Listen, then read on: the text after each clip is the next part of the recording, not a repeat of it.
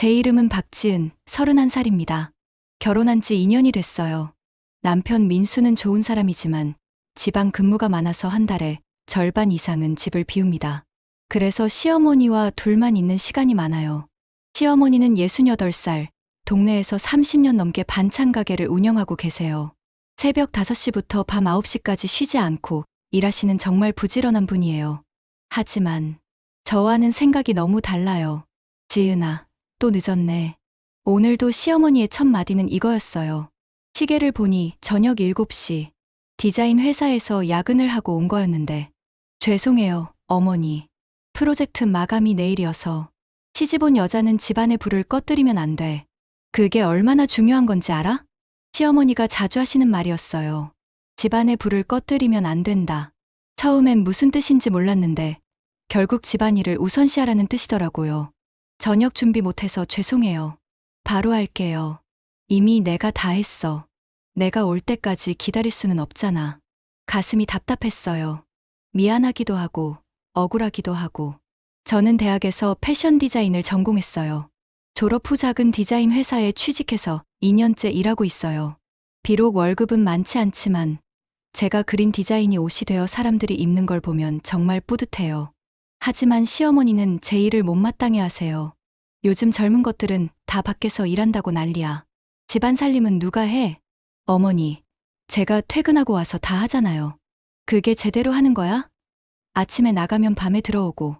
매일 반복되는 대화였어요. 더 힘든 건 시어머니가 동네 사람들 앞에서 저를 깎아내리실 때였어요. 어제도 그런 일이 있었어요. 시어머니 가게에 심부름을 갔는데 동네 아주머니들이 모여서 이야기하고 있었어요. 요즘 며느리들 참 편하게 산다. 김 아주머니가 말하자 시어머니가 한숨을 쉬시더라고요. 우리 며느리도 그래. 집안일은 하나도 못하면서 밖에서 일한다고 난리야. 그래도 벌이는 하잖아. 벌이가 뭐야?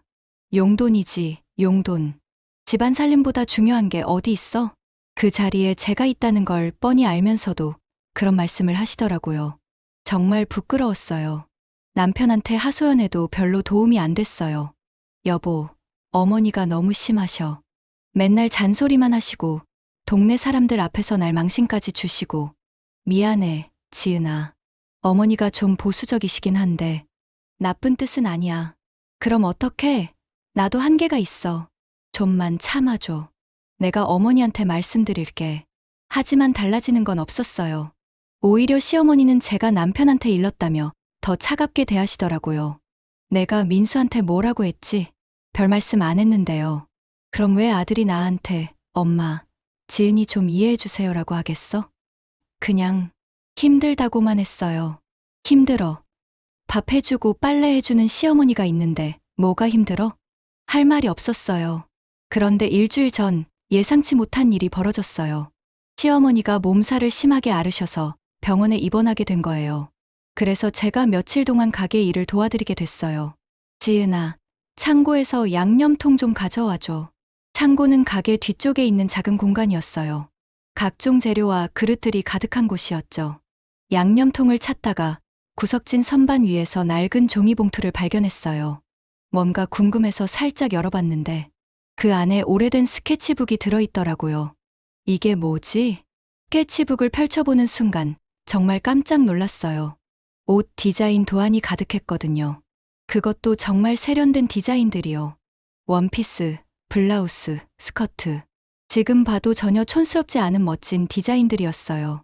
스케치북 첫 페이지에는 박순이라는 이름이 적혀 있었어요. 시어머니의 본명이었죠. 그 밑에는 작은 글씨로 1975년 내 꿈을 위해라고 쓰여 있었어요. 1975년이면 시어머니가 20대 중반이었을 때예요. 페이지를 넘길 때마다 더 놀라운 걸 발견했어요. 정말 아름다운 디자인들이 가득했어요. 섬세한 선, 창의적인 실루엣, 트렌디한 컬러 조합까지. 시어머니가 이런 걸 그리셨다고? 믿을 수 없었어요. 그 엄격하고 보수적인 시어머니가 이렇게 창의적인 디자인을 그리셨다니. 마지막 페이지에는 이런 글이 적혀 있었어요. 언젠가는 내가 디자인한 옷을 입고 거리를 걸어다니는 사람들을 보고 싶다. 그게 내 꿈이다. 그 순간 가슴이 뭉클했어요. 시어머니도 저처럼 디자이너의 꿈을 가지고 계셨구나. 며칠 후 시어머니가 퇴원하셨어요. 저는 스케치북을 다시 제자리에 놓아둔 채 아무 말도 하지 않았어요. 하지만 마음속으로는 계속 그 스케치북 생각을 했어요.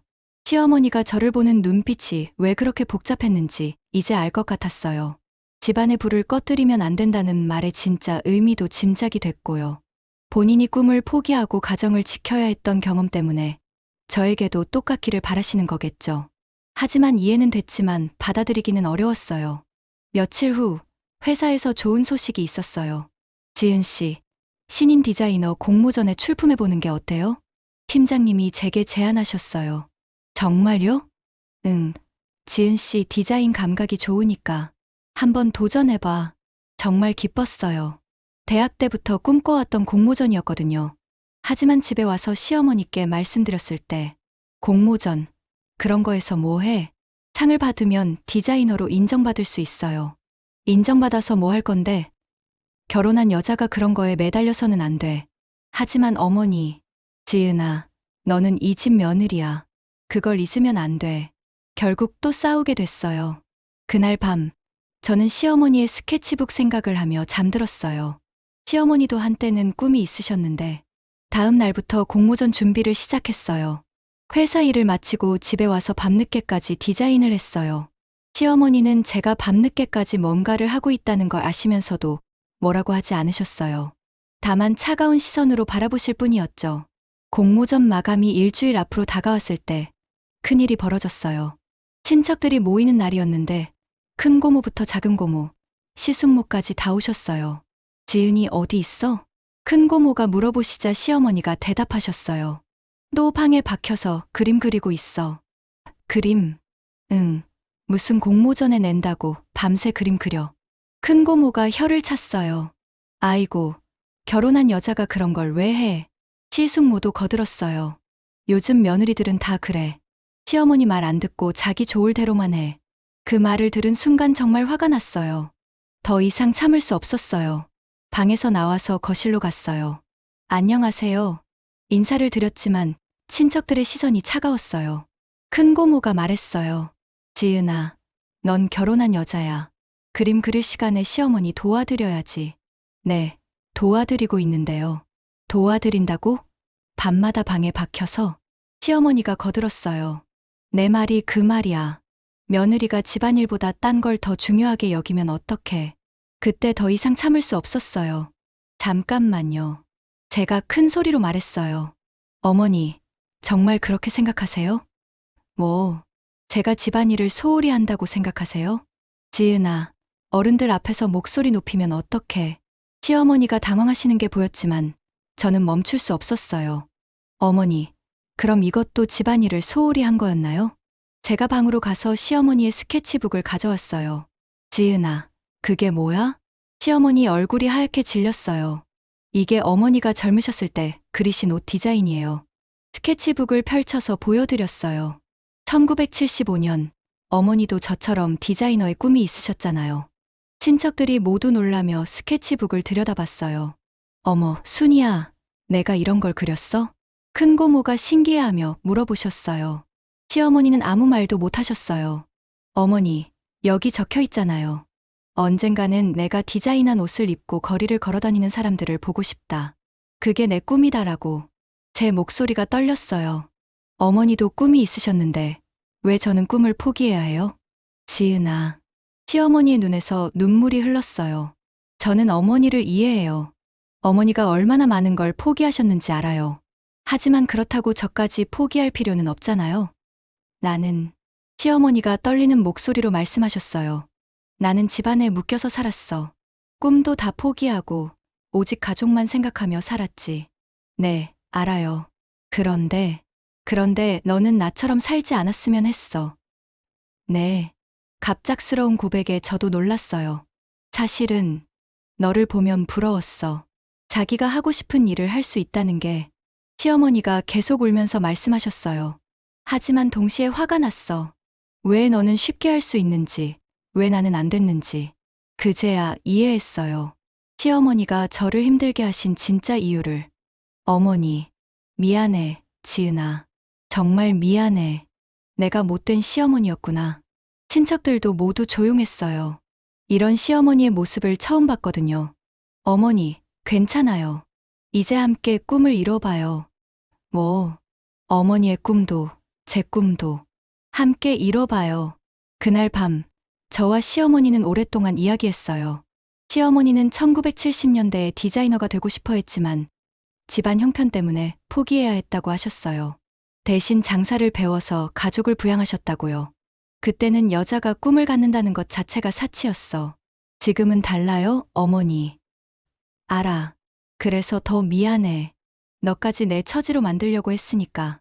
이제부터라도 달라져 봐요. 일주일 후 공모전 결과가 나왔어요. 놀랍게도 제가 2등상을 받았어요. 시상식 날 시어머니가 몰래 관객석에 앉아 계신 걸 봤어요. 제가 상을 받고 인사말을 할 때 시어머니가 누구보다 크게 박수를 치시는 게 보였어요. 시상식이 끝나고 밖으로 나가니 시어머니가 기다리고 계셨어요. 축하해, 지은아. 고마워요, 어머니. 내가 너를 응원하지 못해서 미안했어. 이제 함께 하면 돼요. 한 달 후, 저와 시어머니는 큰 결정을 내렸어요. 시어머니 가게 한쪽에 작은 재봉틀 코너를 만든 거예요. 제가 디자인하고 시어머니가 만드는 그런 작은 공방 말이에요. 어머니, 이 원피스 어때요? 좋네. 내 감각이 정말 좋구나. 어머니가 만드시는 솜씨도 정말 훌륭해요. 처음에는 서툴렀지만 점점 호흡이 맞기 시작했어요. 제가 디자인한 옷을 시어머니가 정성스럽게 만들어주시고 그걸 보면서 저도 더 좋은 디자인을 하려고 노력했어요. 몇 달 후에는 동네에서도 소문이 났어요. 순이네 며느리가 디자인하고 순이가 만든 옷이 정말 예쁘다더라. 주문이 들어오기 시작했어요. 많지는 않지만 저희 둘에게는 큰 의미였어요. 어제는 시어머니가 제게 말씀하셨어요. 지은아, 고마워. 왜요? 너 때문에 내가 다시 꿈을 찾았어. 70이 다 된 나이에 말이야. 저야말로 고마워요. 어머니가 저를 이해해 주셔서. 그때 생각해보니까 내가 너한테 너무 심했구나. 이제 괜찮아요. 오늘도 저희는 나란히 앉아서 옷을 만들었어요. 시어머니가 재봉틀을 돌리는 소리와 제가 스케치하는 연필 소리가 어우러져서 마치 음악처럼 들렸어요. 남편 민수도 변화한 저희를 보고 놀라워했어요. 신기해. 어머니랑 지은이가 이렇게 잘 지낼 줄 몰랐어. 우린 원래 잘 지냈어. 다만 서로를 이해하는데 시간이 좀 걸렸을 뿐이야. 시어머니가 웃으며 말씀하셨어요. 어젯밤에 시어머니가 제게 보여주신 게 있어요. 새로 사신 스케치북이었어요. 나도 다시 그려볼까 해. 정말요? 응. 40년 만에 말이야. 스케치북 첫 페이지에는 이렇게 적혀 있었어요. 2024년, 다시 찾은 내 꿈을 위해. 며느리 지은이와 함께. 그걸 보는 순간 눈물이 났어요. 지금 생각해보니 시어머니가 늘 하시던 말. 시집 온 여자는 집안의 불을 꺼뜨리면 안 된다는 건 꿈을 포기하라는 뜻이 아니었어요. 진짜 의미는 집안의 희망을 꺼뜨리면 안 된다는 것이었어요. 그리고 그 희망은 서로의 꿈을 응원하고 함께 이뤄나가는 것이었고요. 가족이 된다는 건 같은 피 때문이 아니라 서로의 상처를 이해하고 나누는 순간에서 시작된다는 걸 깨달았어요. 오늘 시어머니가 처음으로 디자인하신 원피스가 완성됐어요. 40년 만에 다시 그리신 첫 작품이에요. 어머니, 정말 멋져요. 그래? 옛날 실력이 아직 남아있나? 남아있는 정도가 아니라 더 좋아지신 것 같은데요? 시어머니가 활짝 웃으셨어요. 정말 오랜만에 보는 환한 웃음이었어요. 우리가 함께 만든 작은 공방에서 두 여자의 꿈이 다시 살아나고 있어요. 하나는 40년 만에 되찾은 꿈이고 하나는 더욱 단단해진 꿈이에요. 그리고 우리는 알았어요. 진짜 꿈은 나이와 상관없다는 걸. 포기했다고 해서 사라지는 게 아니라는 걸. 언제든 다시 시작할 수 있다는 걸. 집안의 불은 꺼지지 않았어요. 오히려 더 밝게 타오르고 있어요. 두 여자의 꿈으로 말이에요.